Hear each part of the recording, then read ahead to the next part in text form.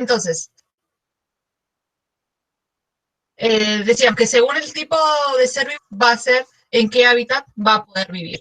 Entonces, las bacterias en general van a ser de vida libre, van a tener la opción, van a vivir en aguas dulces, en algunas orillas de agua salada, zonas calientes, frías, en barro, van a tener como muchos lugares para vivir.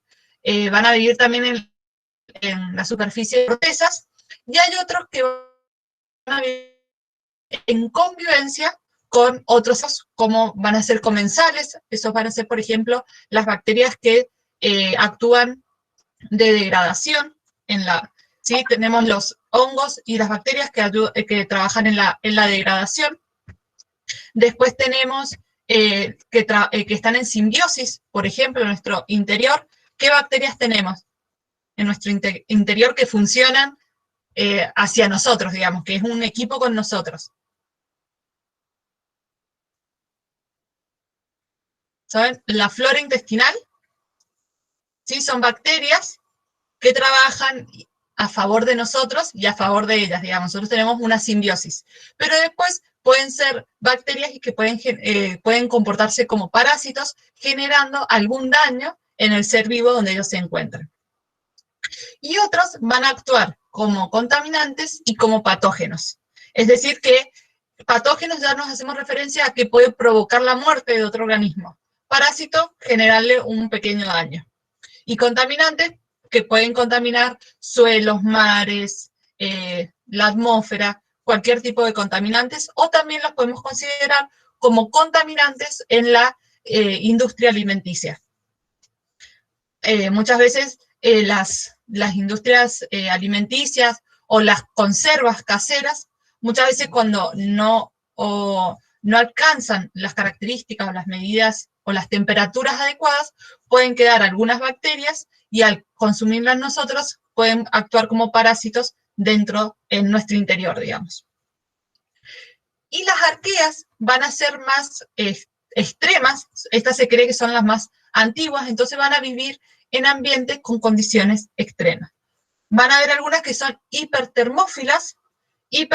Habíamos visto que termófilos eran los que amaban, filo era amor, a la temperatura. Hipertermófilo sería ya temperaturas extremas, ciertas temperaturas que las bacterias en común, las del dominio bacteria, no las podrían soportar, entonces ya son altas temperaturas o temperaturas excesivas.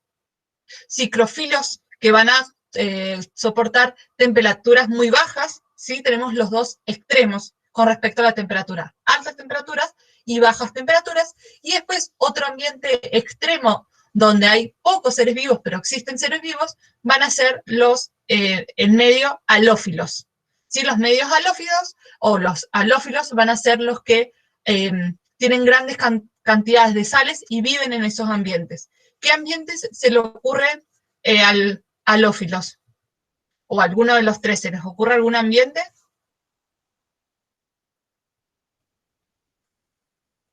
El mar, puede ser. Bien, el mar, exactamente. Y hay un mar que es extremadamente salado, que se denomina, no sé si lo han escuchado hablar, el mar muerto. ¿Lo han sentido pronunciar? Sí, profe. ¿Sí? El mar muerto, ¿por qué tiene ese nombre? Porque es tan salado que se considera que ningún ser vivo puede vivir en ese mar, pero si hacemos como un zoom, podemos observar alguna de estas arqueas. Si el mar muerto es mucho más concentrado en la sal, por eso las personas quizás han visto fotografías que como que flotan, prácticamente flotan, es muy difícil sumergirse por la alta cantidad de sal y eso hace que floten, y eso sería un extremo halófilo o un ambiente halófilo en las que podemos encontrar las bacterias. ¿Se entendió las comparaciones entre una y otra? ¿Seguimos?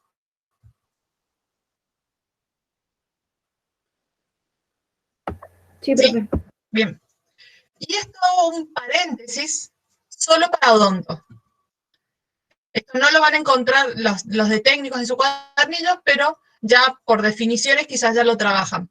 Otra de las características o cómo se clasifican a las del reino monera es de acuerdo a su afinidad con el oxígeno. Es decir, hay algunas que son aeróbicas o aerobias, ¿y qué significaban? ¿Están asociadas al oxígeno o no necesitan oxígeno? Sí necesitan. Exacto, las aerobias son las que van a tener una alta afinidad por el oxígeno. Las anaerobias No necesitan. no necesitan, es decir, pueden considerar al oxígeno como un contaminante. Y las facultativas, que no sé si han visto este término, el término facultativo hace referencia a que hay algunas bacterias que tienen afinidad, por ejemplo, por el oxígeno, pero pueden vivir en un ambiente donde no hay oxígeno. Sí, pueden sobrevivir. O al revés, pueden ser anaerobias, es decir, no usar oxígeno, pero vivir en un ambiente con oxígeno. Esto sería un intermedio. Tenemos las aerobias y las anaerobias.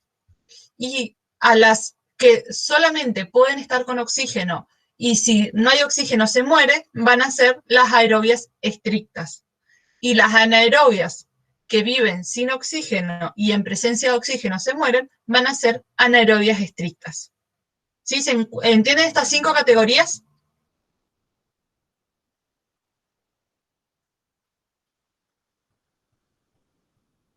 ¿Sí, no? Sí, profe. Sí, porque esto muchas veces la facultad pregunta qué característica tienen los seres vivos aerobios o los seres vivos que viven en un ambiente rico de oxígeno. Entonces les preguntan y ustedes tienen que seleccionar. Por eso es importante, hacía este paréntesis solo para ustedes, porque es importante que conozcan las terminologías con respecto a la afinidad por el oxígeno. Entonces, el hábitat va a depender de cada especie, por supuesto, pero en general las arqueas son extremófilas y las bacterias son como más homogéneas en los lugares en que viven. Características en general.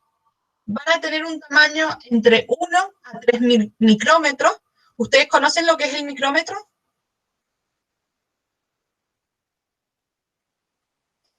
Sí, profe. Sí, sería a la -6. Y el volumen va a ser de 1 micrómetro cúbico. En general, es el tamaño que van a tener las bacterias. A partir de ahora vamos a hablar del reino monera en total, ¿sí? Como reino monera o bacterias en general, tanto el dominio bacteria como el arquea. Vamos a hablar de todo en junto. Entonces, al ser pequeñas y tener un volumen prácticamente igual que su diámetro, le va a permitir un mayor contacto entre el ser vivo y el medio ambiente. Entonces, esta relación superficie-volumen va a favorecer un mejor o más fácil intercambio de nutrientes y de productos entre el medio que los rodea. Es decir, mientras más grande sea el ser vivo, va a tener menos superficie o menos contacto con el medio ambiente. De esta manera, al ser más pequeño, tiene una facilidad por cualquiera de sus extremos, de sus laterales, tienen la capacidad de intercambiar materia y energía. Y esta capacidad de intercambio de materia y energía le sirve tanto para alimentarse, es decir, para incorporar nutrientes, como para eliminar desechos. Entonces, esto le favorece a la hora de alimentarse y de eliminar desechos, porque muchas veces los desechos son tóxicos, entonces si se mantienen dentro del organismo por mucho tiempo, produce una toxicidad en el interior y puede producir la muerte.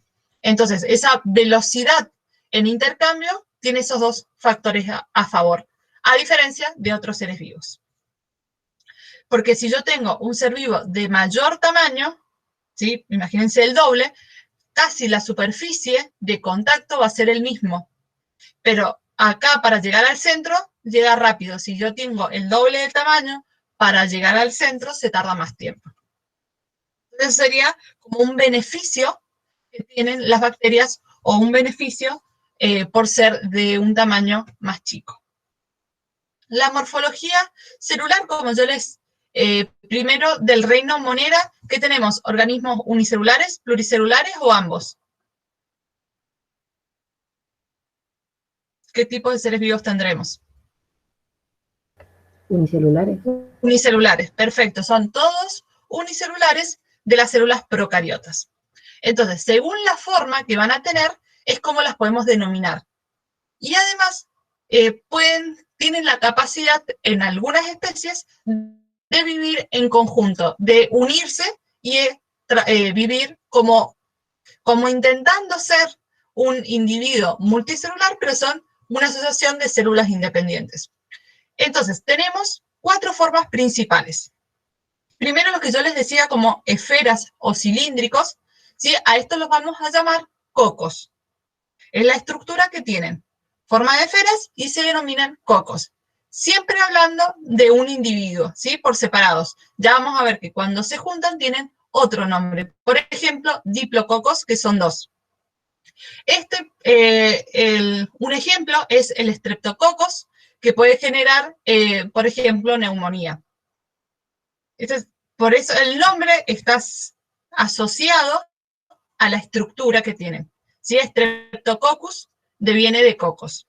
La segunda opción, o la segunda forma que hay, es los que tienen forma de espiral, ¿sí? Que los pueden encontrar como espirilos o espiroquetas. Pueden encontrar cualquiera de los dos.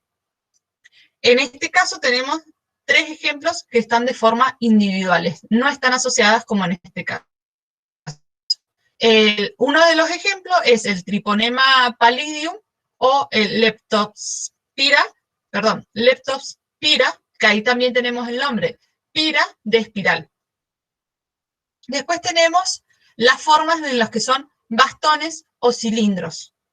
¿Sí? A esto lo vamos a llamar bacilos, que generalmente cuando buscamos una foto de bacterias en internet o en cualquier lado, se observan o se muestran los bacilos. Los bacilos también se pueden aglomerar o entrar en contacto como los cocos, y acá se encuentra la bacteria que quizás es más conocida, que es la Escherichia coli, que es la que nos genera generalmente algunos daños digestivos. Entonces, cuando tienen estructura de bastones, los llamamos bacilos. Cocos, espirilos y bacilos. Y después hay otros que tienen formita de coma. ¿Sí? Si ustedes ven, tienen como una cabecita un poquito más gruesa y una colita en puntita. A esto van a recibir el nombre de vibrios. Y un ejemplo sería el vibrio cholerae. ¿Sí? Justo por la estructura, por el nombre de la estructura, le da el nombre a la especie. ¿Se entiende estos 4 tipos?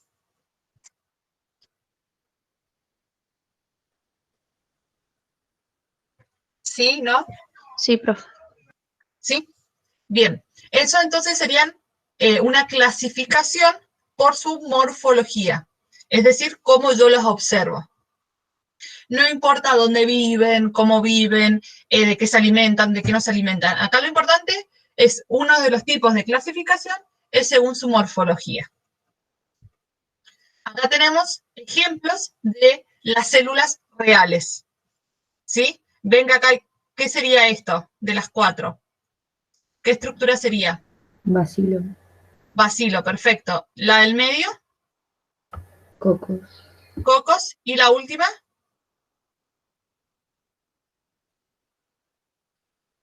Espirilo. Una espiroqueta. Espirilos. Espiroqueta, espirilos. ¿Sí? Estas serían fotos reales. Y si ustedes ven, realmente tienen forma de bastones, forma de esferas y forma de espirales. Si nosotros vemos un poquito más en detalle en esta imagen, podemos ver que algunos cocos están unidos entre sí. Entonces, cuando están solitos, los llamamos cocos. Cuando hay 2, los llamamos diplococos. Cuando ya hay más de 2 y forman una cadena, los vamos a llamar estreptococos.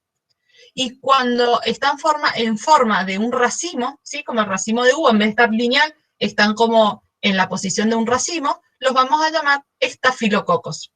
Por ejemplo, acá sería un estafilococos, ¿sí? Porque no están todos alineados, sino que están como aglomerados.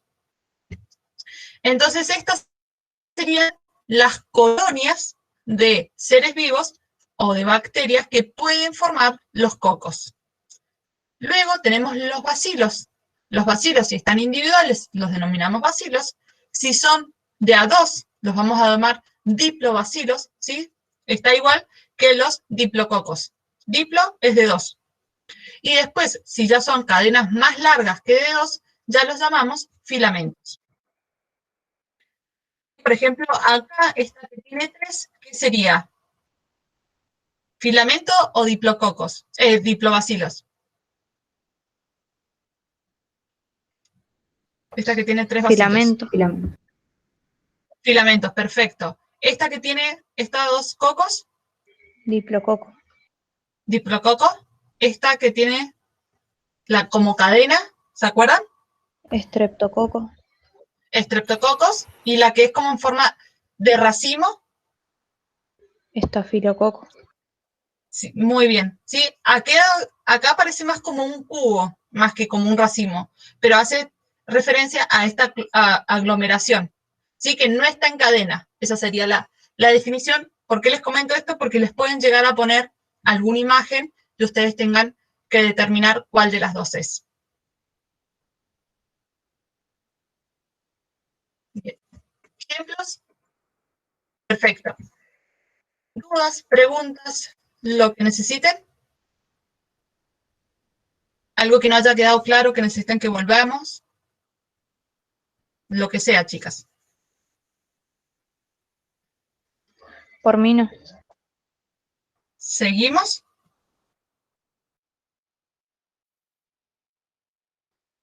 Bien. Si necesitan que volvemos, podemos volver, porque esta semana tenemos las 5 horas y tenemos bastante tiempo para ver todo lo que tengamos que ver en la unidad.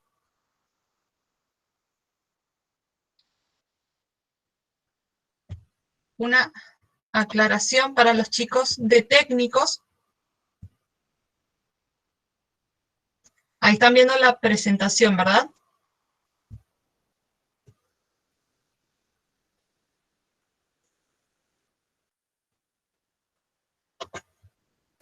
Yo veo todo blanco. Todo blanco. Bien, entonces se está cargando. Es que es para abrir la próxima diapositiva y se tiló. Ahí estamos. ¿Ahora sí la ven? Sí, ahora sí. Para los chicos, las chicas en este caso de técnico, esto lo tienen ustedes como un anexo. ¿Sí? Si recuerdan, los anexos son aquellas anotaciones que ustedes tienen, lo tienen, pero está como marcado como anexo porque en teoría la facultad lo sacó del temario, pero como es muy reciente, a veces lo toman. Entonces quería hacerle esta aclaración, que en odonto está como obligatorio, en técnico está como anexo. Le hago esa aclaración por las dudas después si lo ven. Estaría en Que el no les quede resumen ese del final. claro. Y lo tienen en el resumen y tienen al lateral, como tienen escrita la palabra, anexo. Lo tienen detallado, digamos. Para que sepan que corresponde a un anexo. Tienen detallado, está en el final y tiene al lado el anexo. Creo que no está en el completo. Ya presento la otra diapositiva.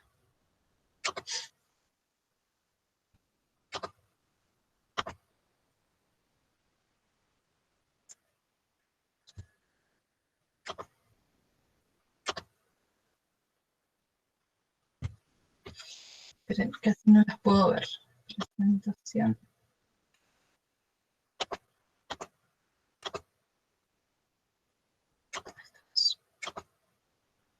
Ahora sí, ahí las puedo ver. Entonces, ustedes tienen sus apuntes y sus cuadernillos. Hemos visto, hasta acá, hemos visto la introducción, que es toda la parte histórica de cuándo aparecieron y qué cantidad de seres vivos hay en este momento. La historia, que fue la de los reinos y toda esa clasificación, que también lo habíamos visto la semana pasada. Después vimos la diversidad de bacterias, que eran los 12 linajes, los 2 linajes o 3 de arquea. Vimos el hábitat de las bacterias y arquea. Después vimos para odonto la afinidad por el oxígeno, y después para todos vimos el tamaño celular, donde habla sobre superficie y volumen, y la morfología celular. Hasta ahí hemos llegado. Lo que vamos a empezar a ver ahora va a ser la organización celular, ¿sí? Cómo está internamente la célula. Por ahora hemos visto todo lo que está por afuera de la célula, ¿sí?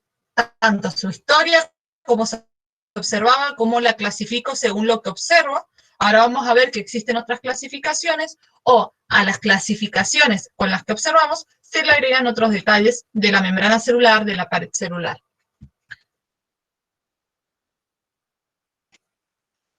Entonces se le vuelve a mencionar acá, que ustedes lo tienen todo junto, pero para que recuerden, eubacterias corresponden a las bacterias y a las arqueas. O ahora directamente vamos a hablar de bacterias en general. Y se referencia al dominio, les hago la aclaración. Entonces, ¿cómo se organiza? ¿Sí? Tenemos que pensar que es como una célula. Entonces, la organización celular va a estar compuesto por el citoplasma o protoplasma, que es el citoplasma puntual de las bacterias, y van a tener ADN. Si ustedes se acuerdan, las células procariotas, a comparación de las células eucariotas, parecían que estaban vacías, ¿sí? ¿Qué estructuras tenían las eucariotas? ¿Se acuerdan?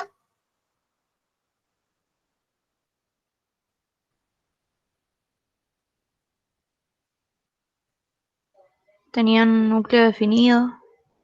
Núcleo, muy bien. Mitocondrias. Mitocondrias. ¿Qué más? Cloroplastos en las Cloroplasto. vegetales. Perfecto. Pared celular. Membrana celular. Citoplasma. Bien. Vale, ¿querías aportar algo? Quería decir lo que dijo él.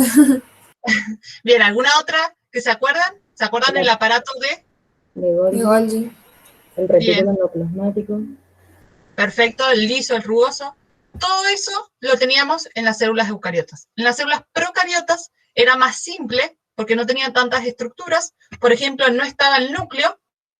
Entonces, el ADN o material genético va a estar disuelto en el citoplasma, y además del ADN, las células van a tener ribosomas y van a tener inclusiones. Estas inclusiones, ya lo vamos a ver, son características de cada una de las células o cada bacteria que tienen algunas características para producir alguna u otra estructura o alguna u otra función. Después tenemos la envoltura, que la envoltura es que envuelve o que protege a la célula. Como ustedes mencionaron, la eucariota tenía membrana y pared celular solo en vegetal y en el reino fungi, por así decirlo. Entonces vamos a encontrar una envoltura de la membrana plasmática, una pared celular, y además vamos a encontrar una tercera estructura que va a ser la cápsula. Este es un pantallazo general. Enseguida vamos a entrar uno por uno, ¿sí? En general, para que nos organicemos mentalmente cómo está formada la bacteria. Y después tenemos apéndices externos, es decir, el citoplasma, que es la parte más interna, donde vamos a encontrar el ADN y los ribosomas. Después tenemos la envoltura, y luego vamos a tener unos apéndices externos, es decir, algo que está en la parte exterior. Van a ser flagelos, fimbrias y pili. El pili le va a servir para la reproducción a las bacterias. Entonces, esto es lo que tendrían las bacterias en general. Vamos a ver que hay algunas con excepciones.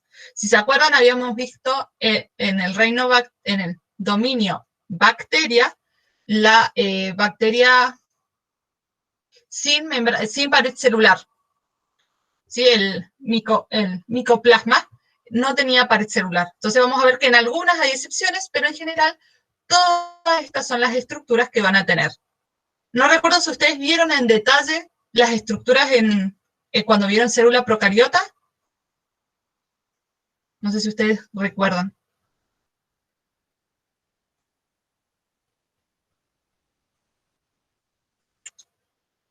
Bueno. ¿Hasta acá se entendió? Me parece que no las vimos. Que no la vieron. O sea, bueno, en detalle. entonces Ahora vamos a ver cada uno de los detalles. ¿Hasta acá fui clara? ¿Sí? ¿Continuamos? Sí, profe. Sí, perfecto. Entonces, lo primero que habíamos dicho, vamos a concentrarnos primero en citoplasma. Vamos a ver estas estructuras y después vamos a ir a envoltura y a los apéndices. Entonces, el ADN o material genético. Entonces, el ADN o cromosómico va a ser un solo cromosoma, va a ser ADN circular de doble cadena, unido débilmente a proteínas no histónicas ubicadas en el nucleoide. Nucleoide sería la estructura o lugar donde estaría el núcleo, pero en este caso no tenemos núcleo. Entonces va a tener un solo cromosoma que es circular de doble cadena. Y después podemos tener un ADN extracromosómico, es decir, no propio de la bacteria, que van a llamar, va a ser el ADN circular y va a estar formado por plásmido. ¿Se acuerdan en virus cuando vimos que el virus, además de tener, cuando el virus infectaba la célula, además de tener su ADN, tenía unos circulitos de virus al lado de ADN? Eso en realidad era del virus o puede ser de otras bacterias en este caso. Puede ser de virus o de otras bacterias. Entonces, va a ser este ADN de doble cadena, que es propio de la bacteria, y además va a tener otros segmentos de ADN que van a recibir el nombre de plásmido. Ya vamos a ver más adelante qué función tienen esos plásmidos. Tiene los dos, entonces eso no me quedó claro. Bien, todas van a tener el ADN cromosómico, eso sí, y algunas pueden tener el plásmido. Muchas tienen plásmido porque algunos lo utilizan para reproducirse, pero no todas. ¿Sí? Sí, profe. Perfecto. Y a su vez vamos a encontrar una diferencia entre bacterias y arqueas, donde el funcionamiento del material genético vamos a tener ARN polimerasas, procesos de síntesis proteicas, es decir, las arqueas van a iniciar con metionina. Si ustedes se acuerdan, la traducción era a través de codones. Y ustedes creo que vieron traducción de eucariota, donde tenía un codón inicial. En este caso, el codón inicial para las arqueas va a ser metionina y para las bacterias va a ser formilmetionina. ¿Sí? Son pequeñas diferencias que se encuentran en el ADN entre unas células, entre bacterias y arqueas. Recordemos que esta subclasificación se hace a partir del estudio de la estructura del ribosoma. Si a través del ARN del ribosoma se pueden separar bacterias y arqueas. Entonces, los cambios que tienen son muy pequeños, como por ejemplo, estos de que empieza con metionina, las arqueas, y las bacterias empiezan con formilmetionina. ¿Estamos hasta acá?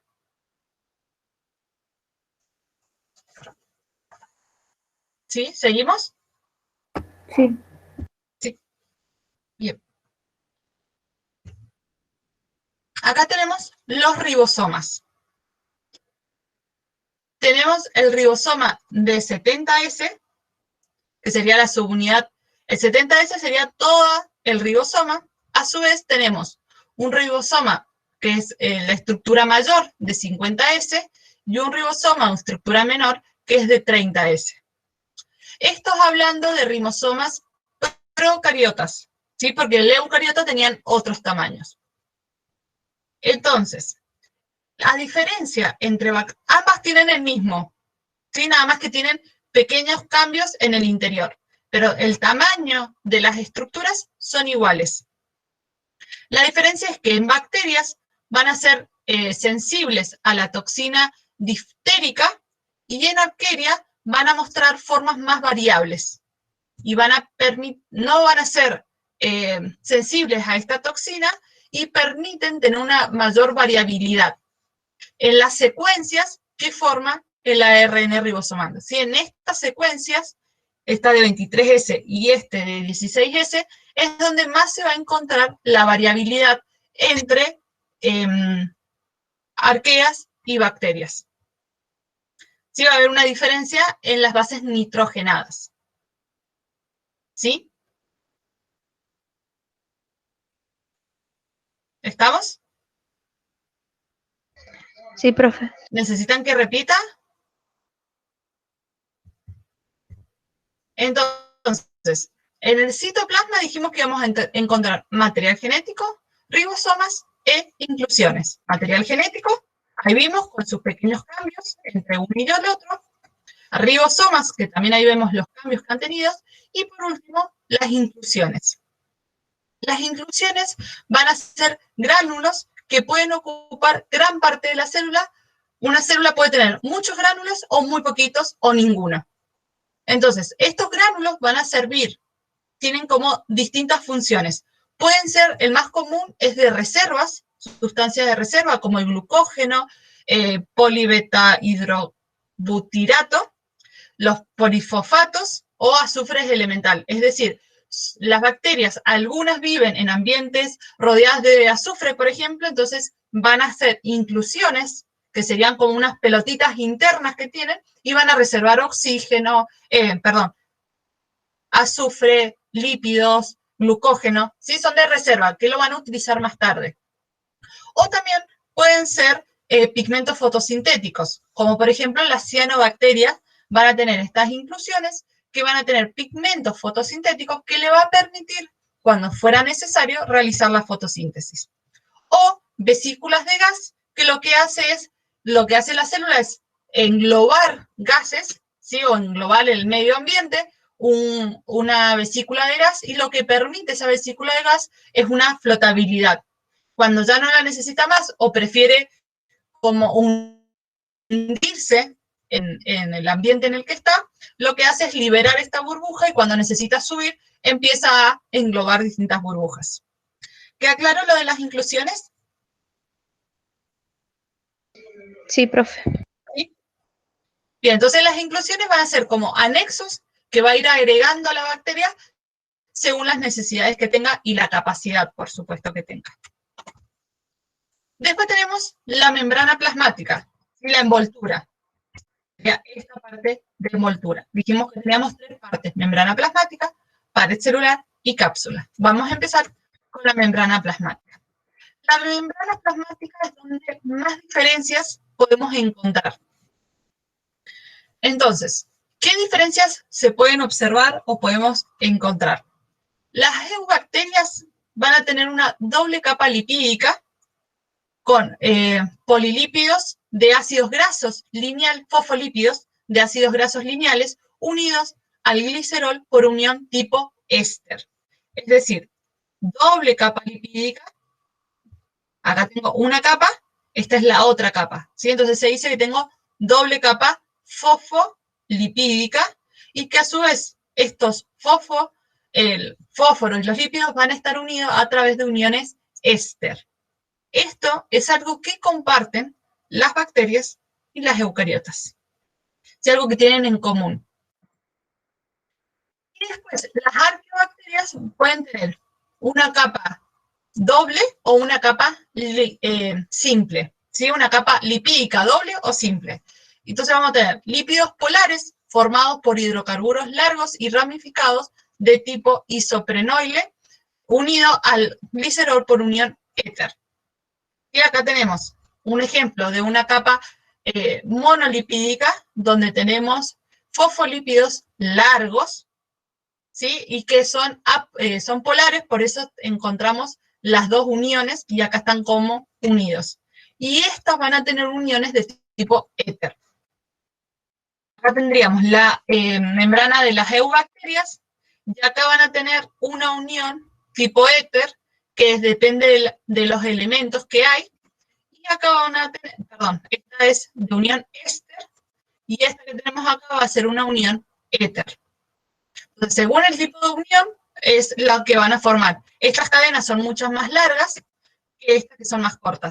Y estas siempre son dobles lipídicas y en el otro caso pueden ser simples.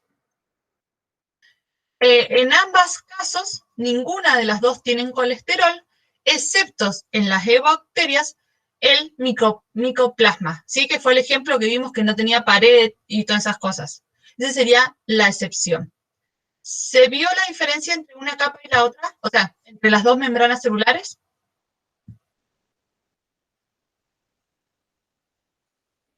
¿Sí, no?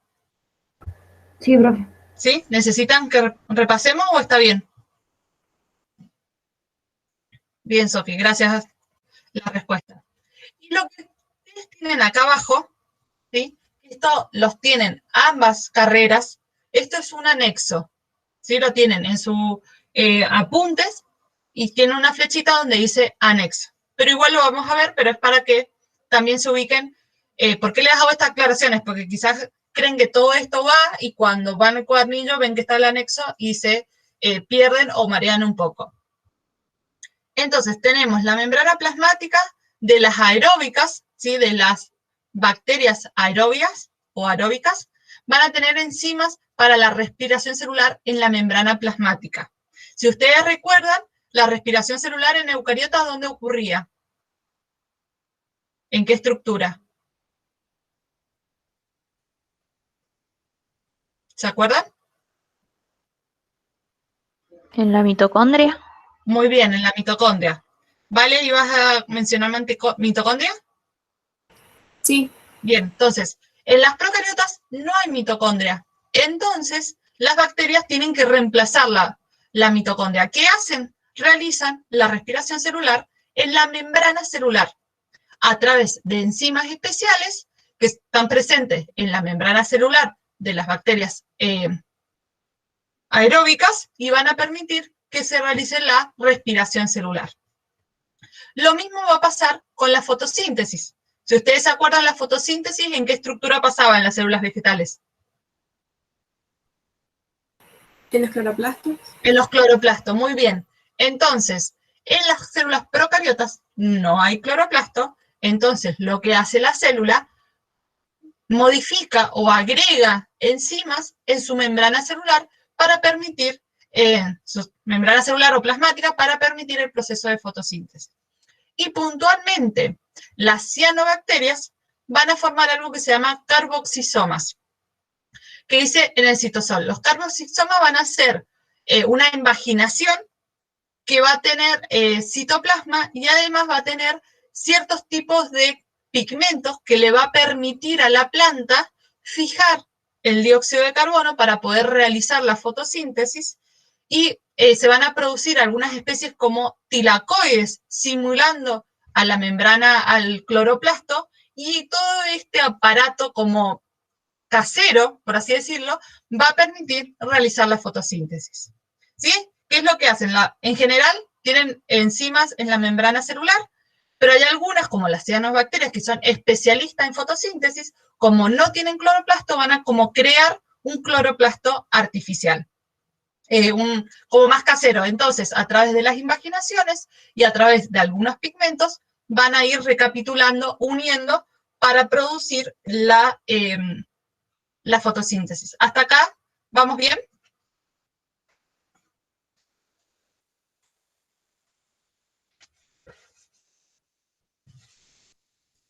¿Seguimos?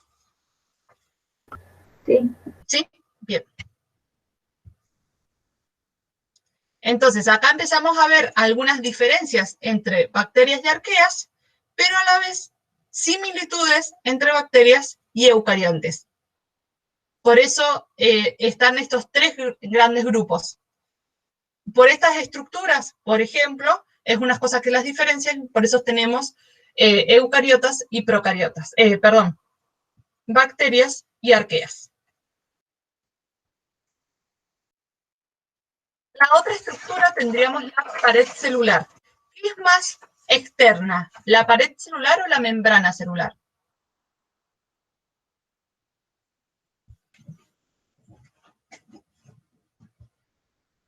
¿Qué está en contacto con el exterior, la pared o la membrana? La membrana. La pared sería, ¿sí? Recordemos que la membrana es como algo más fino. Sí, vale. No, eso iba a decir nada más que se me traba la compu. No, bueno. Si querés podés escribir cualquier cosa, pues yo ahí tengo la pantalla para poder ver el chat también. La membrana celular va a ser algo más fino y la pared, ¿sí? Recuerden, como una pared de una casa, es lo más exterior. Entonces va a estar citoplasma, membrana celular y después la pared celular. Entonces, le va a proporcionar contención a la membrana plasmática y le va a dar rigidez a la célula. ¿Sí? Le va a dar esas dos funciones, o tiene esas dos funciones. Y acá vemos otra gran diferencia entre las eubacterias y las arqueobacterias. Las eubacterias va a estar formado su pared celular por peptidoglucanos y las arqueas van a estar formadas por pseudopeptidoglucanos. ¿Sí? Son dos tipos de proteínas, glucoproteínas, una va a estar más asociada a péptidos y otra va a estar asociada a unas estructuras similares a los péptidos. Entonces ahí ya tenemos una diferencia. En este caso vamos a tener sin ácido muriático las arqueobacterias y las eubacterias van a tener ácido muriático. Son distintas componentes que van a tener la pared celular. Y a su vez también tenemos excepciones. El micoplasma, que ya habíamos visto que no tenían pared, sí era como una excepción de las bacterias, y en las arqueobacterias tenemos las de la especie termoplasma que no tienen pared. ¿Sí? Termoplasma va a venir de arqueas que son capaces de soportar altas temperaturas. ¿Sí? ¿Se entiende hasta acá?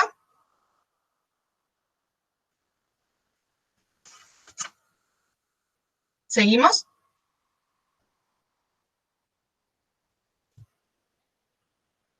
Sí, profe.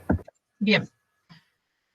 Las bacterias, o en el laboratorio, para poder clasificar algunas bacterias, existe algo que se denomina coloración de Gram. La coloración de Gram es una técnica que, como su nombre lo dice, lo que hace es colorear la pared celular.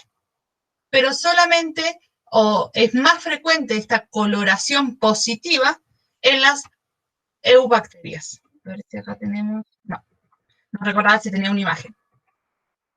Entonces, ¿en qué consiste? Coloración de Gram, vuelvo a repetir, es una técnica que se usa en el laboratorio. No es algo propio de las bacterias. ¿Por qué nos sirve a nosotros? Porque hemos encontrado una manera que nos permite, de manera fácil, reconocer un tipo u otro tipo. ¿Qué nos permite? Si se tiñen con coloración Gram, van a quedar de estilo medias violetas oscuras, y si no se tiñen, van a quedar violeta prácticamente casi transparentes. Entonces nos sirve eso. Es una clasificación o un método de clasificación humano. Las bacterias tienen cierta pared. Hay unas paredes que van a recibir esa coloración, ese tinte, digamos, y hay otras que no. Entonces, ¿cuáles son los pasos que se hace? Primero se va a teñir todo el preparado con el colorante, que es un violeta fijador. Entonces, todas las bacterias se van a teñir de violeta. Segundo paso es un lavado con alcohol, alcohol acetona, y lo que va a permitir que algunas se destiñan y otras sigan todavía teñidas. Si algunas van a perder el color y otras las van a mantener. Luego se vuelve a teñir con un colorante de contraste rojo o rosa, que recibe el nombre de safarina, y las bacterias que se habían desteñido se tiñen de rosado. Entonces, tiño primero con el colorante violeta, que es un fijador. Luego lo lavo, se van a desteñir, y luego lo vuelvo a teñir con la safarina, que es lo que nos va a dar el color. Entonces, las que se tiñen de rosado van a ser positivas. Entonces, los resultados, las bacterias que quedaron con color violeta, se denominan Gram positivo. Y las que quedaron de color rosado se denominan Gram negativo. Y estas los podemos clasificar. Dependiendo del tipo de pared celular, va a tener una tinción u otra tinción. Por ejemplo, acá no se ve muy bien el gráfico, pero acá estaría que teñimos todas, después las aclaramos y les agregamos nuevamente el tinte violeta, el tinte rosado, perdón. Entonces, estas que están en rosado serían negativos y las que están en violeta serían positivos.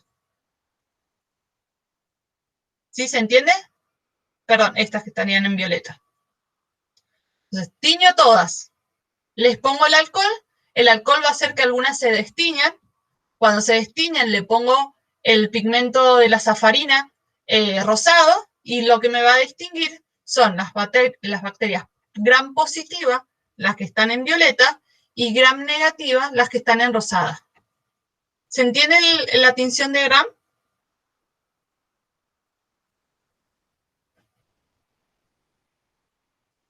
¿Sí? Bien. ¿Dudas? Y acá tenemos la diferencia entre una bacteria gram positiva y una bacteria gram negativa. Las que son gram positiva va a permitir que el tinte quede entre medio de su pared celular. Entonces, como permite que quede como encapsulado entre los ladrillitos, se va a decir que es gram positiva, porque se tiñe. Y las gram negativas tienen estructuras que no permiten que este pigmento se quede adherido, sino que se van a liberar una vez que yo le pongo alcohol. Entonces, estas quedan denominadas como gram negativas. ¿Sí?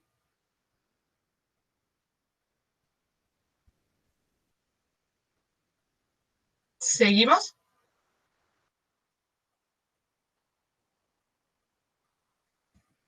¿Sí, no? Sí. Si tienen dudas, por favor, me paran y lo vemos. La otra estructura que teníamos dentro de la envoltura es la cápsula.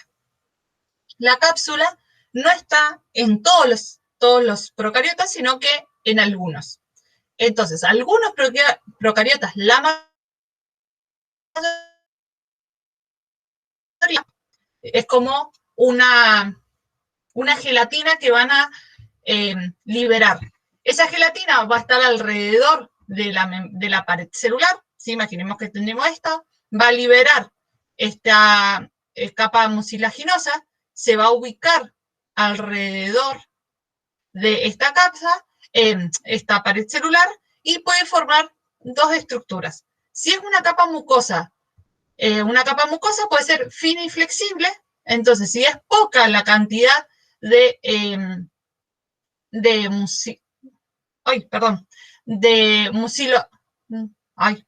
del lípido, ¿sí? del flujo, si liberan poco flujo, va a ser fino y flexible, entonces va a recibir el nombre de capa mucosa. Si es mucha cantidad, van a formar una capa gruesa y se va a volver un poco rígida. Si tiene esta función, esta segunda función, la vamos a llamar cápsula. Siempre lo vamos a denominar glucocáliz, pero si es fina y flexible, capa mucosa, y si es gruesa y rígida, la vamos a llamar cápsula. Son formas de clasificar según la liberación de este polisacárido que va a liberar. Imagínense como una especie de gelatina. Entonces, la función de esto, ¿para qué la célula se gasta en producir esta sustancia? Porque va a permitir la adherencia, si esta adherencia tanto a un sustrato como a un ser vivo, va a permitir conservar el agua y evita la desecación. Sí, si ustedes se acuerdan, dijimos que tienen una alta relación superficie-volumen, entonces todo lo que está en su interior tiene mucha facilidad para salir hacia el exterior si la parte externa está menos húmeda, por así decirlo. Si en el medio hay menor cantidad de agua, esa agua va a tender a salir de la célula. Al generar esta capa, permite que el agua se mantenga y se contenga en el interior de la célula.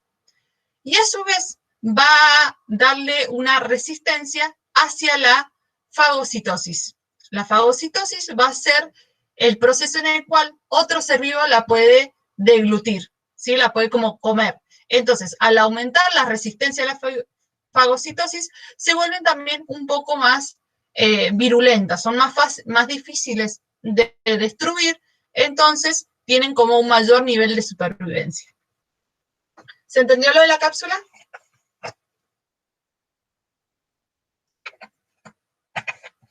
Bien.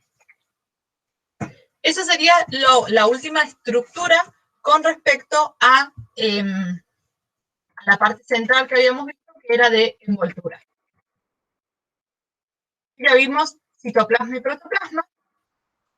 Ahora vemos envoltura, donde ya vimos las tres partes, y ahora vamos a ver los apéndices externos. Sí, acuérdense que hemos ido de lo central hacia afuera, no hemos ido. Entonces, los apéndices externos, como su nombre lo dice, son anexos externos que van a tener las células para distintas funciones.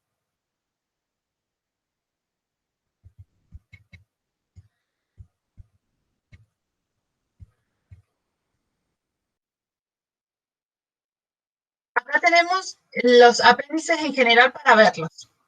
El flagelo generalmente es uno o dos flagelos, más que eso no, va a estar formado por microtúbulos.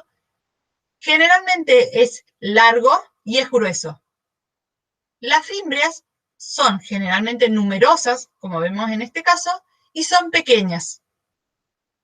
Y los pilus sexual está presente en algunas bacterias y, como su nombre lo dice, pilus sexual es perteneciente o colabora en la reproducción sexual o la reproducción de las bacterias. Estas reproducciones ocurre cuando el pilus sexual está presente en el individuo y generalmente los pilus se encuentran de a uno o de a dos. No son numerosos como las fimbrias. Ahora vamos a ver cada una de las estructuras. Los flagelos, que creo que ustedes han visto un poco este mecanismo en células eucariotas. Cuando vieron flagelos al inicio, ¿lo vieron? A todo este mecanismo.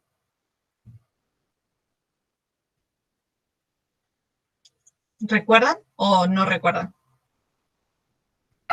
Yo no estuve en esa clase, así que no sabría decirle.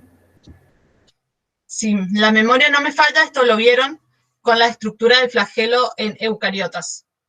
No estoy 100% segura, por eso la consulta, pero creo que ya lo han visto.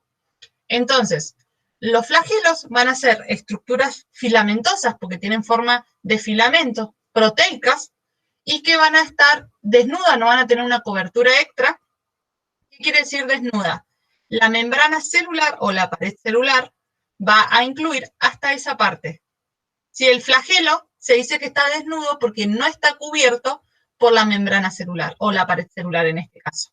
Entonces son extensiones largas, delgadas de algunas bacterias con composiciones y funciones diferentes.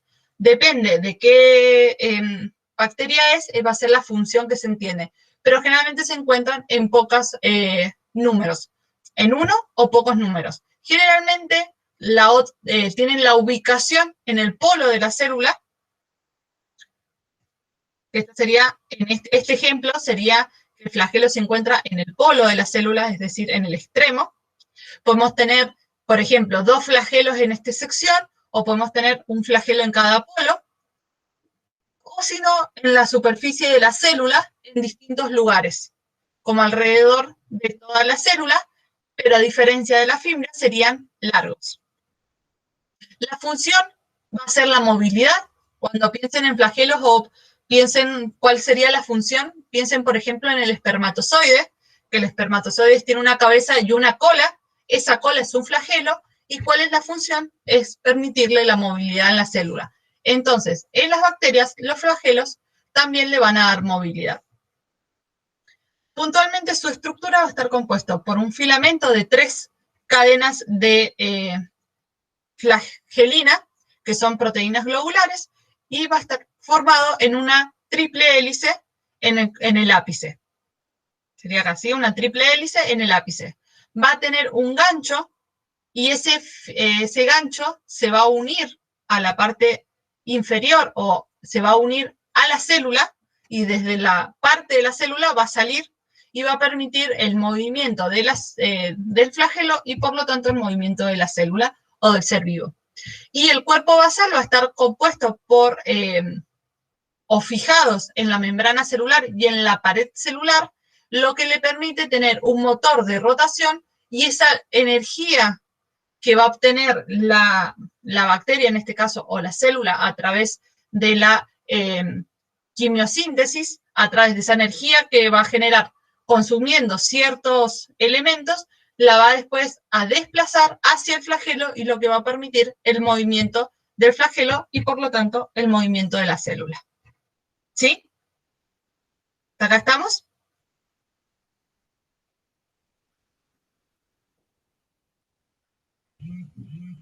¿Seguimos? Sí, profe. ¿Sí? Bien. Las fimbrias van a ser estructuras proteicas similares a los flagelos, pero van a estar formadas por fimbrina. Van a ser mucho más cortas, van a medir entre 15 y 20 micrómetros de longitud, van a ser más numerosas y su diámetro también va a ser de un menor tamaño. Y parecen tener origen en la membrana celular, pero van a carecer de gancho basal como tenían los flagelos. Y la función va a ser la adherencia o la unión a superficies o superficies inertes, como por ejemplo en la Tierra, o van a ser, le va a permitir adherirse a otras células, como por ejemplo a otros seres vivos para infectarnos, o a otros tipos de células para generar el proceso de conjugación. Este proceso de conjugación, perdón, va a permitir como una especie de reproducción entre las bacterias. Entonces, estas fibras va a permitir que se adhieran ambas bacterias y va a permitir el proceso de intercambio o reproducción en las bacterias. Y también va a ser un sitio donde los virus se pueden adherir a través de las fimbrias. Algunas especies que tienen fibras serían estas que se encuentran acá, ¿sí? El Streptococcus pyogenes, la Escherichia coli, la Neisseria gonorrhoeae, ¿sí? Que es la que va a generar las enfermedades de transmisión sexual. Entonces, si ustedes van viendo, hemos ido dando ejemplos de distintas bacterias o arqueas en general, hemos hablado de fibras y hemos dado ejemplo, o termófilas y hemos dado ejemplo. Todas esas que vamos mencionando, ustedes las tienen en su cuaderno, ¿sí? En su cuadernillo al final, en el cuadro. Todo eso lo tienen ahí. Ustedes después pueden ir haciendo asociaciones, porque eso después les van a preguntar, por ejemplo, ¿cuál de las siguientes bacterias tienen fimbrias? Entonces pueden ir asociándolas o les pueden preguntar si tienen fibras y qué enfermedad produce. Entonces todo eso vayan asociando o agregando al cuadro que tienen al final. ¿Estamos hasta acá? Sí, profe. ¿Sí? Y por último, el último apéndice externo que tenemos es lo que se denomina pili. Este pili va a ser pili o pilisexual, lo pueden encontrar, o pilus, lo pueden encontrar con esas tres terminologías. Van a ser estructuras similares a las fimbrias, pero van a ser más largos y menos numerosos. ¿Sí? En las fimbrias vamos a encontrar que teníamos muchas, acá vamos a tener uno o dos, más que eso es muy raro encontrar. Entonces, la función particular que tienen es que van a participar en la conjugación. ¿Qué es la conjugación? Es el intercambio de material genético entre una bacteria y otra bacteria. Sí, acá de forma general, porque esto ya lo vamos a ver el jueves, en forma general tenemos, si el mouse me deja mostrarles, tenemos acá una bacteria que tiene un pilus o un pili y tenemos otra bacteria que no lo tiene. Acá tenemos el segmento de ADN o plásmido, entonces este pilo se va a unir a la bacteria que sería la bacteria receptora. Una vez que se une, va a permitir la fusión de las membranas celulares y va a permitir que este plásmido pase a la célula receptora. Una vez que pasó el plásmido, se separan ambas células y el pili se queda en la célula original. Sí, va a ser como una parte de, por así decirlo, reproducción o intercambio o pasaje de material genético. ¿Sí? ¿Queda claro?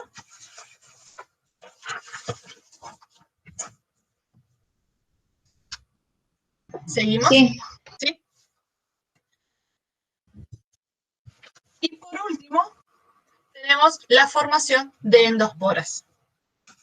A ver, un segundo, que quiero ver si me faltó hacerle alguna aclaración.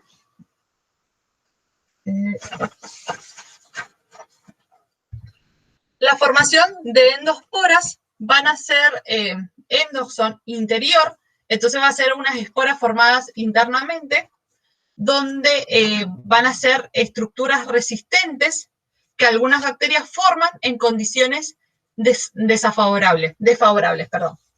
Por ejemplo, si una bacteria es originaria o vive en ambientes húmedos y por alguna razón se produjo una pérdida del agua o de la humedad y se produjo una sequía, ¿qué es lo que van a hacer las bacterias? Van a generar o se van a como encapsular en una endoespora, la cual esa endoespora va a evitar que haya pérdida de energía, pérdida de agua, intercambio con el medio ambiente y va a quedar como en una pausa. Una vez que las condiciones, eso va a durar, va a tener cierta viabilidad, no es que es eternamente. Entonces, cuando las condiciones se mejoran, lo que va a hacer es romperse esa endospora y vuelve a, como por así decirlo, vuelve a la vida la bacteria. Entonces, van a tener una estructura de capa proteica externa, que va a ser una capa externa superior que va a permitir la protección y el cuidado de cada uno, va a tener un córtex o corteza de peptidoglucanos que son más resistentes. La pared celular y la membrana celular van a estar presentes, pero van a estar protegidas por estas estructuras. El centro va a tener un ADN deshidratado y va a estar retenido en un gel de ácido dipicolínico con calcio que va a otorgar una mayor resistencia al calor y a las proteínas solubles que van a proteger el ADN de la radiación ultravioleta. Sí, como yo les estaba diciendo, por ejemplo, si es una bacteria que vive en ambientes húmedos, en una sequía, va a estar afectada por el calor, por la radiación solar y por muchos otros factores. Entonces, lo que va a hacer formar esta endoespora, y esta endoespora lo que va a hacer es disminuir al máximo las características o las posibilidades de pérdida, de daño, de deshidratación, etc. Entonces, como sabe que el ADN es su base, es como lo que manda y lo que genera las distintas actividades, lo que va a hacer es protegerlos de distintas maneras ese ADN. Por ejemplo, lo va a deshidratar. Esta deshidratación permite tener una mayor protección. Sería como una especie de, ¿vieron los osos o algunas ardillas que invernan? Cuando llega mucho el frío, agarran e invernan. Entonces, ¿qué es lo que hacen? Se protegen, se alimentan previamente, se preparan para protegerse y después, cuando ya pasa ese ambiente desfavorable, lo que hacen, vuelven a eclosionar, vuelven como a revivir. Entonces, esta capacidad de formación de endoesporas le da la capacidad de incrementar su supervivencia, es decir, tiene una mayor tasa de supervivencia al tener esta capacidad de formar endoesporas. Si no pudieran formar estas endoesporas, lo que pasaría cuando el ambiente sea desfavorable, morirían. ¿Se entiende?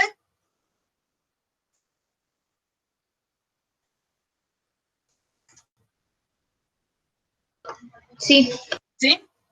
Entonces, lo que va a hacer es como protegerse y decir, bueno, hoy no me muero, voy a ver si, doy un ejemplo por dar, 10 días el ambiente cambia, si el ambiente cambia, puedo sobrevivir. En cambio, si no tuviera esa probabilidad, me moriría, esa capacidad, me moriría ahora. Unos ejemplos muy comunes son el Clostridium botulinum, ¿sí? Que es causante de botulismo. Estas bacterias no crecen en ausencia de oxígeno. Entonces, por ejemplo, las latas de conserva pueden estar contaminadas internamente. Cuando se las tapa, se les saca el oxígeno, ¿sí? Quedan, como las condiciones no son adecuadas para esa bacteria, hace una endospora. Queda ahí como en forma latente. Una vez que nosotros abrimos el frasco, esa bacteria va a recibir el oxígeno que necesitaba y cuando nosotros nos comamos esa fruta, verdura o conserva que estaba en ese interior, al comerlo, la bacteria va a entrar, puede ser que ya rompió la endospora o entra en forma de endospora a nuestro organismo y cuando entra a nuestro organismo nos va a generar los daños del botulismo. Por ejemplo, si a través de las toxinas se va a ir reproduciendo nuevamente o se va a entrar en vida, una vez que entra, por así decirlo, o vuelve a su vida original, se va a empezar a reproducir. Una vez que se reproduce, va a empezar a generar los distintos daños en el organismo, va a actuar como un parásito. ¿Sí? Serían como una especie de huevitos, pero son propios del individuo que lo realiza, produce estas endosporas y queda como en estado latente. Sería como que se inactiva y cuando abrimos el frasco ahí se vuelve a despertar, por así decirlo. Exacto, porque cuando nosotros cerramos el frasco o las empresas industriales le sacan el oxígeno, ¿sí? Por eso decían, se envasan al vacío. ¿Qué es el vacío? Sacarle el oxígeno. Al perder el oxígeno, esta estructura lo que queda es como guardada, ¿sí? Porque no tiene oxígeno para vivir. Entonces, en vez de morirse en el momento, produce una endospora y permite extender su vida. ¿Sí? ¿Era eso, Sofi? Sí. Perfecto. Entonces, eso sería como en general cuál es la función, por qué está compuesta o qué mecanismo hace. A continuación, acá tenemos una forma, ¿sí?, de cómo se va a ir armando cada una de las células. Entonces, la primera parte, que sería esta que está, empiezan a condensarse en el interior de la célula. Una vez que se empieza a condensar, en la parte B va a empezar a formarse un septo membranoso. Si un septo sería una división, pero esta división va a ser formada por la membrana, por eso es membranoso, porque es simple y está formado por la membrana. En el paso C va a empezar a formarse la espora, es decir, a este segmento membranoso, en su interior se van a ir formando las otras capas que decíamos que tenían calcio, glucógeno, entonces se va a ir formando las esporas. En la etapa D va a pasar que la célula engloba a la espora y la rodea de una segunda membrana nuclear, perdón. ¿Sí? Hasta acá estaba la espora y lo que va a ser una segunda membrana celular. Hace como, por eso llamamos endoespora, porque se forma en el interior. Entonces tenemos la primera división, se va a empezar a formar la espora, una vez que ya está formada, se vuelve a hacer una segunda membrana, y en el paso E lo que pasa es que las esporas maduran y van a expulsar el agua y se acumula dipicolinato de calcio en la corteza y se unen a proteínas de ADN que lo estabilizan y se forma la cubierta proteica. Es decir, se rompe acá, se libera el agua y se empieza a llenar o a sustituir con calcio. Ese calcio, además de formar la capa de la espora, también va a proteger el ADN en su interior. Una vez que la endospora ya está lista o termina de hacerse todo el proceso, va a producir la lisis de la célula, ¿sí? Como en el ciclo lítico de los virus, va a permitir la ruptura de la membrana celular y se va a liberar la espora. Esa espora va a ser libre y va a estar en el medio hasta que considere o hasta que encuentre las condiciones adecuadas. Entonces, hasta acá está como en pausa. Esta espora, una vez que termina de protegerse, va a estar lista para la germinación. Cuando encuentre las condiciones favorables, porque pueden a través de un río, del aire, de distintos factores, o quedarse en un lugar, y en ese lugar, cuando las condiciones vuelvan a establecerse como adecuadas, lo que va a hacer, va a como eclosionar o germinar nuevamente la espora, y va a formar la bacteria como estaba originalmente. ¿Sí? ¿Se entendió? Sí. Sí, es un ciclo. La bacteria puede vivir toda la vida así, o si reconoce que hay un daño en el ambiente, un cambio en el ambiente que no es favorable, empieza la formación de las esporas. ¿Sí? Lo que dije recién sobre que las esporas, una vez que están preparadas, pueden migrar, hace referencia a que se pueden desplazar en el ambiente, pero no por movilidad propia. porque ya en esta instancia ya no tiene ni flagelo, ni fimbrias, ni pili. Sí, acá pueden tener fibrias o flagelos que no se ven en la imagen, pero acá cuando es una endoespora, no se puede desplazar por propios movimientos, sino que va a depender del ambiente. ¿Hasta acá estamos?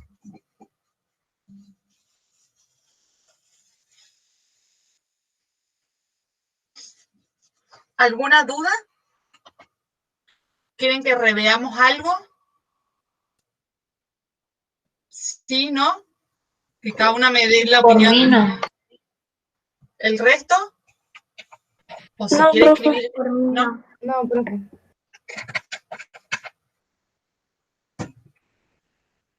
Bien, acá nos quedaría, vamos a hacer una pausa acá, pues ya casi hemos terminado casi toda esta parte que nos queda, porque mañana nos volvemos a encontrar.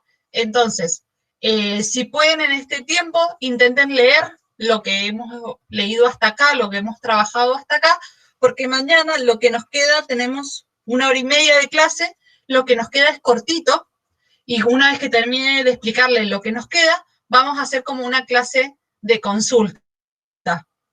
Entonces yo voy a tener preparadas algunas cosas, pero lo ideal sería que ustedes puedan leer lo que hemos trabajado hasta acá, entonces cada una puede hacer preguntas puntuales de lo que no entendió. ¿Sí?